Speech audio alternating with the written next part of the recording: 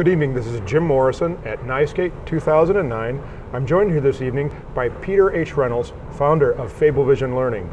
Fablevision is an educational content developer and publisher. Good evening, Peter. Could you tell me a little bit about Fablevision? Sure. Well, it's great to be here. And my company, Fablevision, is a company dedicated to using media, storytelling, and technology to help every student and citizen navigate their true potential.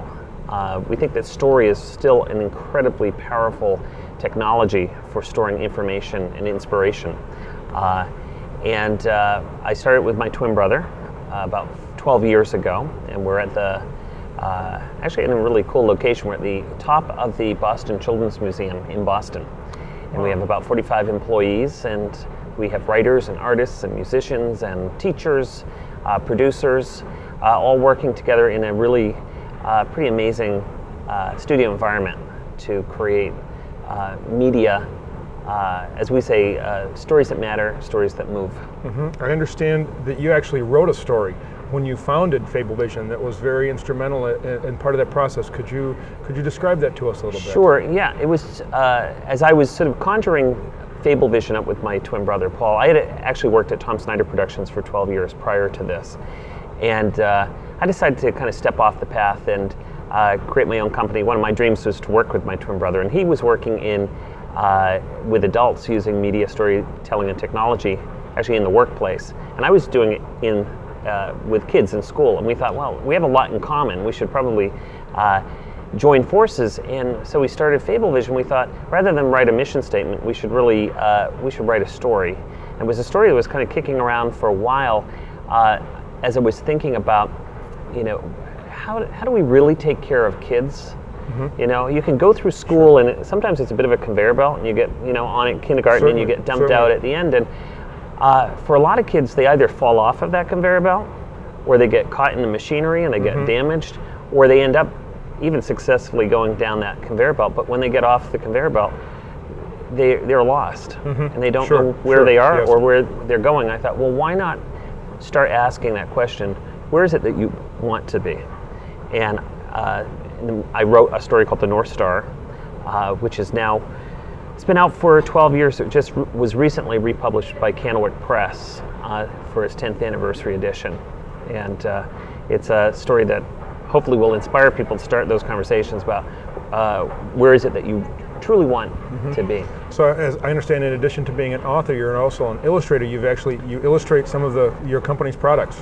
Yeah, it comes in handy to be number one, to be a twin, and also to be able to draw as well, because it gives me the ability to tell stories very quickly, not with just words but with pictures. And so I illustrate my stories, and ironically, my stories are actually designed to get you to illustrate too. Are you an artist? No, unfortunately, I'm more of a technical, my background's in chemistry, I'm more of a technical person. I'm really not a creative kind of person. Yeah. See, and I always tell people, and I love that response, and I get that response a lot from adults especially. And you know, I always say, you haven't hung around me long enough. And to me, it's the same feeling when when a fourth grader comes up and says, I can't read. You know, your reaction is, it's like, you know, do you know what? You haven't hung around me long enough, because if you hang out with me long enough, I'll teach you to read. In the same way, I feel that if you hang out with me long enough, I have some techniques to draw out the artist within you. And it's kind of scary to try something new, and that's one of my, yes, it's natural. One of my strong beliefs is that that the learning journey never ends. Absolutely. And we may find something that we're actually good at, but if we keep repeating it over and over and over and over again, I think it's a real shame, because there are some other hidden talents within. And I actually I'm just going to say, at some point in time, we'll hang out together and we'll do some watercolor. I bet I could get you to produce something pretty cool. I've admired artists and I admire art. Unfortunately, I think that'd be a difficult task. Well, I like challenges, so I'm up for it. You said something when we were talking prior to this interview, a phrase that really kind of piqued my interest, and I'd like you to go into a little bit.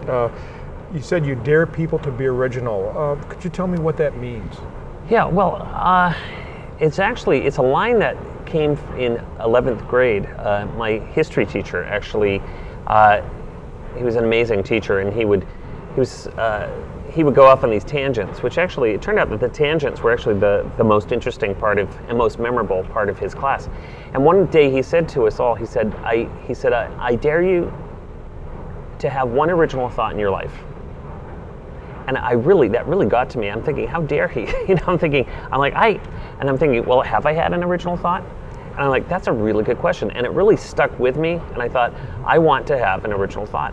And just by planting that one seed, it really stuck with me. And I said, I'm on a quest to be original. Now, I'm a twin, which is interesting because there's two of us. Mm-hmm. And yet, I know from experience, even though I've got a twin brother, Paul is quite different than myself. Yes. He's an artist, but as well, he's a writer, but his talents come out in a different way. So my goal, and that's one of the cornerstones of my, I actually have these 5 Bs. I always tell people to be original, mm-hmm. to be brave, to be inspired, to be inspirational, and then the last one is be active. Actually do something with your talents and your gifts, because it's not good enough just to get joy out of something, but it's can you use that joy to inspire somebody else, to make the world a better place. And that's the mission that I'm on and that Fablevision is on. And the tools that we create, we have software tools that encourage people to animate, to mm-hmm. write.